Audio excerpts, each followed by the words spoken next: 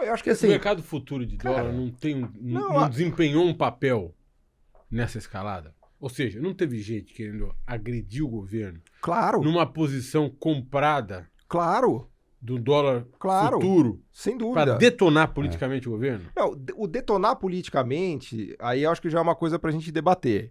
O pra ganhar dinheiro... Se a gente pedir ao SBM lá na Bolsa de Valores, quem estava nas maiores posições compradas nos últimos 30 dias? Não, isso é declarado nas cartas dos fundos de investimento. Isso, Eles isso. declaram. Isso. Estamos comprados em dólar, porque achamos que o Brasil vai degringolar, que vai dar tudo errado e queremos ganhar dinheiro com isso e tal. Acho que até aí, assim, o leão come carne. Você não pode acusar ele de comer alface. Ele é um carnívoro, eles estão ali para ganhar dinheiro, né? Entendeu? O pânico... Pensei que era um leão vegano. Entendeu? O pânico, na verdade, por isso que eu falo, não é um ataque especulativo, é uma defesa especulativa. Porque para um cara que tem 100 milhões de dólares, 500 milhões de dólares, 1 bilhão de dólares, para ele estar em reais ou em dólares faz diferença. Faz diferença. E se o cara tá líquido, eu falo assim, mas peraí, para que eu vou perder 20 milhões de dólares? Então, o movimento de pânico ele é muito mais uma defesa. Claro que tem gente que ataca, porque o cara vê uma oportunidade disso de ganhar dinheiro e tal, monta a posição comprada. E aí, o mercado financeiro brasileiro é complicado, porque ele é um mercado totalmente desproporcional. O Brasil tem o terceiro maior mercado de derivativos do mundo. Só perde para Nova York e Londres, é uma loucura. Você fala assim, como Explica rapidamente para entender o que é o mercado a profundidade do mercado. Afeta o PETAX, né? É o cálculo do PETAX. Muito. É importante dizer o que é o mercado de derivativos rapidamente, para que a gente tenha um terceiro mercado de derivativo. Então, o mercado de derivativos, ele opera em cima de um ativo base. Né? Então, por exemplo, você tem um ativo lá que é dólar ou carne, ou sei lá, ouro, o que for. Você pode operar em cima de qualquer ativo. Só que o mercado de derivativos ele é todo liquidado em reais. Então, o limite de operação dele é muito menor, na verdade. Porque, por exemplo, se você quiser comprar dólar, você tem que fazer um contrato, remeter o dinheiro para fora, ou você tem que ter uma importação, uma exportação. No mercado financeiro, no derivativo, não. Você pode ir montando posições alavancadas. Liquidação é fixa. Sem fim, assim. Você pode... espécie. Muitas vezes o mercado spot gira 1 bi por dia e o mercado futuro gira 10 bilhões de dólares por dia. Então ele é um múltiplo. O derivativo, em geral, ele é um múltiplo do ativo, do mercado ativo, do mercado spot. E no Brasil, a gente tem um fenômeno que é uma coisa curiosa até, porque o Brasil é o único país emergente que tem uma massa de recursos líquidos gigantesca dentro do Brasil. Isso não tem em outros países da América Latina, por exemplo. Se você olhar o mercado financeiro da Colômbia, do Chile, da Argentina, do México, é uma piada perto do Brasil. Mas, porra, isso não deveria funcionar. Porra, quer dizer, puxa vida. Isso não deveria... Senão desmonetiza. Aí, né? Isso não deveria funcionar como uma espécie de garantia? Dizer assim, olha, nós temos um mercado aqui, a gente não vai pro buraco. Não funciona. Inclusive o governo... Não serve pra nada. O governo se vale disso para tomar os 100 bi de reais dele lá toda semana. Sim, mas não podia esse povo ser um pouquinho mais modesto na cobrança do... Não, né? Mas... Eles vão pedir sempre... Tô pedindo pro Leão comer uma saladinha. O Leão. E como é que faz para falar pro Leão... Você vai comer carne, mas vai comer menos carne. Eu já não falo mais menos. Porque eu falava menos lá no começo. É a essência do capitalismo, Reinaldo. O leão carnívoro é o capitalismo, assim. É um bicho voraz. É muito difícil. Você pode regular, tudo bem. Você pode taxar, falar, isso é proibido, aquilo é proibido. No calor ali do desespero, muita gente falou, não, vamos fechar o mercado de câmbio. Vamos proibir a remessa de dólares para fora. Bom, o que você acha que o leão vai fazer se você proibir ele de comer carne? Entendeu? Aí você vai ter um problema político. O cara vai dar um jeito. Claro. Não tô nem entrando nesse mérito, mas o leão não vai morrer de fome. Ele vai pra cima. Então, só que o Brasil ele criou essa coisa que deveria ter um lado bom, porque o governo brasileiro é o único que financia uma dívida gigantesca desse tamanho, conforme vocês me perguntaram, no mercado local, no mercado doméstico. Sim. Os outros países não conseguem fazer, eles têm que se financiar em dólar. O nosso problema é a dívida interna. Sim. No fim das contas. Ele é a solução porque ela não é externa. Não, interna, eu digo. Sim, interna. Sim, o nosso problema. O nosso problema é esse. Porque eu listei aqui, né? Você mesmo disse. Sim. Nós temos o crescimento... Que você tem. maior crescimento da década, nós temos desemprego baixo, nós temos investimento, está crescendo 10% ao ano, o setor industrial brasileiro, tudo. com a formação bruta de capital, queda da ociosidade. Tudo lindo. Não tem problema financeiro. E esse problema financeiro está na dívida. Está na dívida. E então, aí vamos lá. Eu vou te nomear... Eu vou deixar ele pobre. Eu vou tirar ele do mercado, vou tirar ele da FGV, pode continuar, porque a aula pode dar. Pode. Vamos botar no Ministério da Fazenda.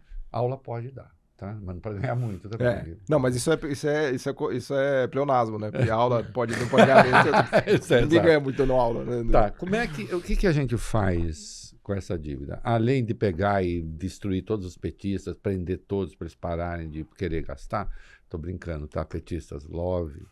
Mas como é que faz? Tem que reduzir os juros. E o nosso problema... E o gasto? Então, aí a gente... O nosso problema... Que eu vou querer falar de um artigo de um amigo seu que eu li, porque eu vou tentar chamar ele aqui, eu nem vou falar o nome, porque você não quero que você discuta ele vem, ele é um cara muito bom. Então você sabe de quem eu tô... Um cara muito porque bom. Ele falou assim, foi a questão monetária que gerou a questão fiscal e não o contrário. Então, mas o argumento é bom, eu não concordo, porque naquele olho do furacão... Vou falar o nome dele? Pode falar, é o Demian Fioca. Um cara muito bom, foi presidente do BNDES, tá com artigo no Valor, até se quiser fazer propaganda, ele tá explorando essa tese de que... Convidado para ver. De que o BC poderia usar mais medida macroprudencial para segurar a economia. Ele trabalhou com o ministro Guido Mantega, né? A macroprudencial é você colocar... Porque o crédito está se expandindo muito no Brasil. Essa é uma notícia importante também. Expandiu quase 15% no ano passado. E esse ano vai, mesmo com choque de juros, ainda vai quase 10%. Tá? Também há uma revolução no mercado de crédito brasileiro, duplicatas eletrônicas, recebíveis eletrônicos. Tem um avanço notável, né? Mas, então, o Demian tem essa tese de que a gente não deveria carregar tanto nos juros, que a gente poderia carregar um pouco na macroprudencial. Mas a crítica que eu faço a isso é o problema do olho do furacão. E resgatando a gestão Tombini aqui, que eu acho que é importante a gente fazer a discussão da gestão Tombini, né? Porque o Tombini, a grande acusação... Ex-presidente do Banco Central. Que foi presidente da Dilma. Cortou taxa de juros. Então, eu acho que se faz uma acusação injusta ao Tombini de que ele foi muito dove, né? De que ele não subiu os juros quando deveria subir. Tá? Ele trouxe os juros para 7%. Depois o Campos Neto trouxe para 2%. Sim. Tá? Já que vocês estão falando que eu estou neoliberal, eu vou defender o Campos Neto que trouxe para 2%. Né? Ele realmente foi... Ele teve uma coragem ali que eu achei incrível. Nunca imaginei ver a Selic a 2%. Aliás, eu acho que nunca o Brasil teve economia para Selic a 2%. Acho que exagerou na queda também. Pronto, eu já falei mal do... Eu não gosto. Ele tem uma cara meio... Ele é meio, pra mim, não. Ele é meio entediado. Ele tá sempre com preguiça. Eu acho que aquele homem é bonito demais, pro meu gosto. É? Eu acho. Você acha ele bonitão? Isso me irrita. É adversário e é bonitão, né? Bem sucedido? Alto, vamos falar mal bonito, dele? Neto do Roberto Campos. Vamos falar mal dele? Vamos falar mal dele. Cara, assim, inventou. Caiu demais a taxa. Mas eu acho que, de novo, ele fez uma transição bem conduzida no Banco Central. Tô te falando. Eu acho que ele fez. Eu acho que ele fez. Eu acho que... Não vamos chamar. Não é. Aliás, uma homenagem ao Vralcast, 2 dos melhores humoristas do Brasil, comediantes, maravilhoso o Vralcast, nós estamos lá. Não, mas eu acho que a gente fica muito falando mal do Brasil e tal, mas a gente fez uma coisa legal, transitou de um governo para o outro, com o Banco Central independente, tudo funcionou. Na verdade, olha que curioso isso daí. O pânico de dezembro foi quase que uma transição do Banco Central, porque quando o Lula ganhou, houve uma postergação do Banco Central. Quem vai ser o banqueiro central do Lula? Vai ser o Galípolo. Só que demorou 2 anos para isso acontecer. Claro. Então você pode quase ler o dezembro como uma nova posse do Lula. A rigor, na verdade, não foi isso desde sempre. Quer dizer, o Banco Central ia passar de um Banco Central com uma maioria formada no governo Bolsonaro para um Banco Central, como está agora, com uma maioria formada no governo Lula. Sim. E o grande medo do mercado foi que o Lula fosse controlar o Banco Central e fosse usar o Banco Central para fazer, na verdade, fosse fazer política monetária, para fazer política fiscal e para fazer política econômica. Sim. É essa que foi a questão.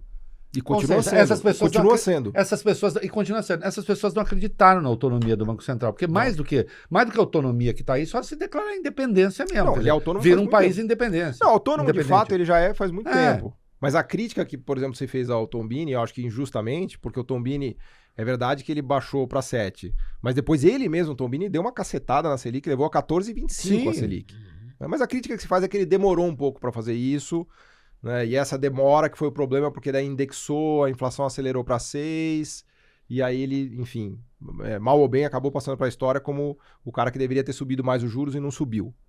Né? Foi isso que ficou. Mas se a questão veja só, se o nó górdio, o nó que não se consegue desfazer, né, que é o sentido do nó górdio, ainda é a dívida. Tem uma maneira fácil de resolver a dívida, Reinaldo. Tá, vamos lá, vamos resolver. Inflaciona tudo. Acabou a dívida. Essa é a maneira fácil e ruim. Mas aí você. Mas isso você me zode, né? Porque não pode. Aliás, é como acaba acontecendo. Né? Porque se você inflaciona, os preços vão embora, parte da dívida é indexada, a parte não é, e a dívida vai caindo. E com a inflação ainda soma um dinheirinho extra no orçamento. Exato. Sobra 12 pau. A maneira fácil, rápida e errada é essa. Na verdade, o que o Banco Central faz e o Ministério da Fazenda tenta fazer é o quê? É forçar uma redução genuína da dívida. Aí você fala assim, mas eles estão subindo os juros? Eles estão subindo os juros para que não haja uma redução inflacionária da dívida. Né? Agora, quanto mais tempo a gente tiver que... Mas que eleva objetivamente a dívida, porque o serviço... Eleva a dívida, sim, nesse choque. Agora... Mas protege a moeda. Protege a moeda, só que tem um limite isso. Se a gente ficar pagando 15% ao ano durante 10 anos, a dívida vai para mais de 100% do PIB. Claro. Né? Então, como é que a gente começa... Como é que sai disso? Como é que a gente sai dessa armadilha? Como é que a gente começa a reduzir? Ótimo. Então foi legal retomar essa questão não dá Bolsa Família. Calma, mas dá um pirulito de carcaça pro povo. Você é amigo dele antes de ser meu amigo. É ele que tá te sabotando aqui. Eu tô tratando bem o entrevistado. Ele tá falando, você viu que ele tá te atribuindo, né? Não, eu acho Quebra o Brasil. Quebra as pessoas pobres. Para de fazer isso que eu deixo. Mas veja que isso também não é uma solução, porque se você reduz demais a transferência e reduz demais o gasto, a economia pode afundar. Também. Porque se isso fosse solução, a dívida PIB na era Temer e Bolsonaro deveria ter caído muito. E eu lembro que quando a Moody's elevou nossa nota... Aliás, a gente começou a ser elevado depois. Isso. Porque a economia tem esse lado de você corta a você faz com o varejo. Se tem taxa de juro alta e não tem Bolsa Família, ninguém compra mais nada. Exato. Porque a outra pergunta que vocês poderiam fazer é o seguinte, mas peraí, como é que o Brasil cresceu 3,5 com um juro de 10,5? Claro. Porque não é que o juro no Brasil tá baixo. Não tá baixo. Não tá baixo. Aliás, uma boa pergunta. Por que o Brasil cresceu tudo isso com esse juro tão alto? Porque tem uma transferência de renda brutal. Por causa da transferência. Porque, veja, eu tava só na conta do 400 bilhões de Bolsa Família, BPC, seguro-desemprego e abono. Só que tem mais R$1 trilhão de aposentadorias. Sim. A conta de aposentadorias de R$1 trilhão. A maioria dos aposentados ganha o quê? Entre 1 e 2 salários mínimos. Entre 1 e 2. Tem quase 50 milhões de pessoas que ganham entre 1 e 2 salários mínimos. O que faz uma pessoa que ganha entre 1 e 2 salários mínimos? Gasta tudo que ele ganha. Agora isso vira dívida. Como é que a gente controla isso sem enforcar o último aposentado com a tripa do último beneficiário do BPC? Então, esse 1,5 trilhão, que é o estado do bem-estar brasileiro, que é gigante, nós estamos falando de 15% do PIB, é o que faz a máquina girar. Essa sua tese é muito boa. O Brasil está crescendo. Esse rapaz é bom. É que eu já pensei por todo lado isso daqui. Eu tomo, tiro de todo lado. Então o argumento precisa estar bem desenhado. Então isso faz o Brasil crescer. Por isso que o BC está levando a Selic para cima e o Brasil ainda está crescendo. Porque em outro momento você fala assim, peraí, a Selic vai a 15, cadê? Vai ser recessão mês que vem. Não, o cara que tá lá ganhando 1, 2 salários mínimos, ele não sabe de Selic. Ele quer ver se tá caindo 1.500 na conta dele, ele tá gastando. O 3.000 tá caindo, tá gastando. Né? Então, eu acho que o governo tem uma situação delicada, porque assim, não é para fazer teto de gasto. Porque se ele fizer teto de gasto, ele pode cair no problema do Temer, Bolsonaro, da economia afundar. Aliás, porque a economia ficou afundada, é importante dizer isso. Parêntese rápido, só assim não, e depois você continua. Subindo mais 2, vai subir mais um ponto agora amanhã, quando for ao ar, na semana passada, e depois sobe mais 14, e depois vem mais ainda. Eita porra. Eu tô falando, tá difícil entrevistar ele agora. Né? E tá feliz, ri. Ri ainda. Você tá notando, né? Sádio. A gente caiu numa armadilha, né? Se tornou sádio. Olha o mercado financeiro fez Vamos lá. Qual é o limite pra gente... Pra não chorar, qual é o limite pra gente não entrar em recessão? Na sua avaliação. Ou há o risco de entrar em recessão? Eu acho que se cortar demais o gasto público e transferência, entra em recessão. Tá. Mas com via juros, você acha que não? Tem um limite isso daí. É Reinaldo, difícil saber. É muito difícil. Com mais esses 2 pontos e mais um pouquinho que você acha que vem depois? Não... Na cabeça do mercado, a Selic indo a 15, a gente cresce esse ano 2. Ah, é? É. Isso é o que está no relatório Focus. A Selic vai a 15 e a gente cresce 2. Talvez não cresça 2. Eles vão errar, né? Porque eles sempre erram, eles não acertam nada. Eu não sei como eles não levam todo mundo à falência, mas enfim. Eles não acertam nenhuma. Né? Seus amigos não acertam uma. O janeiro é certo que o que está previsto em janeiro, a única coisa que vai acontecer é o que está previsto em janeiro. Né? Mas como é que sai dessa sinuca de bico? Isso, ainda não saímos da sinuca de bico. Então, vamos lá. Tô doido para nomear ele para ministro, para ganhar aquele salário de miséria, entendeu? E ter que ficar economizando. Qual é o dilema aqui? Mudar a natureza do investimento público? Tem um lado meu que é muito mais, vamos dizer assim, pró-investimento. Né? Eu acho que se você me perguntar, será que esse estado do bem-estar brasileiro não está exagerado? Eu vou te falar, em tese, sim. Na realidade, eu sou incapaz de criticar e falar assim, pô, então você vai tirar 1,5 milhão, esse 1,5 trilhão dessas pessoas, elas vão morrer. Vão morrer. Eu não tô falando de um salário mínimo para o cara não morrer de fome. Né? Então eu posso discutir isso em tese com vocês. Porque em tese, esse 1,5 trilhão aplicado em políticas para estimular investimento público, ciência e tecnologia, inovação, investimento empresarial, é o que a China fez. Esse 1,5 trilhão ele é mais do que suficiente para botar o Brasil, lançar o Brasil numa onda de investimento produtivo, de inovação, sem precedentes. É muito dinheiro. Veja, o Brasil não é pobre. O Brasil, para um país emergente, tem um orçamento assim, os países emergentes sonham em ter um BNDES, claro, em ter uma máquina como a brasileira. Exatamente. Né? Agora, por outro lado, não dá para você desmontar essa rede de assistência. Vai matar todo mundo, não tem como. Né? Então a gente vive um paradoxo. Um país já com essa violência que tem, você imagina. Um país já no limite de uma guerra social. Isso. Né? Então não dá para desmontar isso. Agora, olhando daqui para frente, o governo vai ter que tomar decisões sobre, né, qual o caminho que ele vai seguir. Então eu acho que um teto de gasto, acho que não é caminho, porque inclusive o governo corre o risco de, vocês viram o dado que saiu de arrecadação recorde. Uhum. Por que as coisas estão mais ou menos equilibradas? Porque a arrecadação está muito forte. Por que a arrecadação está muito forte? Porque a economia está forte. O varejo forte, os comerciantes vendem, pagam imposto. Não é que as alíquotas subiram. É a pujança econômica que faz isso. Então há um perigo aí de entrar por uma via de muito corte de gasto e desaquecer a economia, entrar numa recessão, a arrecadação cair e piorar o problema da dívida. Nós já vimos isso também. Já vimos, foi o que aconteceu de 2016 até 2018. Exatamente. Por outro lado, a resposta também não é forçar mais o gasto público e estimular ainda mais essa máquina. Porque agora a gente chegou numa situação em que a economia já está no seu limite produtivo. Uhum. Então é diferente você estimular uma economia que tem um desemprego de 15, como era o caso do Brasil, de estimular uma economia que tem um desemprego de 6. Eu vou por uma questão muito objetiva. Eu quero saber se você... Vamos queimar ele um pouco, né? Já que ele está tão neoliberal, a gente vai queimar ele. Manda, atira. Porque é perfeitamente argumentável. Eu dou aumento real para o mínimo, ainda que dentro do arcabouço. Foi feito. Que foi feito. Aliás, com uma economia formidável. É aí que me irrita. O mercado não valorizou isso bastante, porque isso para um governo como o do Lula, do PT, sim, que pega o salário mínimo, coloca o salário mínimo no arcabouço. Sim. Cara, o salário mínimo poderia ter subido, ia subir, sei lá, coisa de... Ia para 1.600, veio para 1.500. 1.500. Com 100 reais. Mas faz uma baita diferença. Quando você coloca esses por mês, né? Por mês, né? Por mês. Uhum. Mas tem uma outra economia que dá para fazer. A aposentadoria não tem que ter reajuste real. A aposentadoria é correção. E, portanto, ela não tem que subir junto com o salário mínimo. O que o mercado ia ficar felizinho. Assim, já que vocês estão me acusando de neoliberal, eu vou comprar esse argumento. Eu não acho que a aposentadoria tem que ter um ganho real de produtividade. Sim. Eu acho que é razoável a aposentadoria ter correção pela inflação. Razoável. Você se aposentou, claro, se não deixar a inflação, vai correr toda a sua aposentadoria.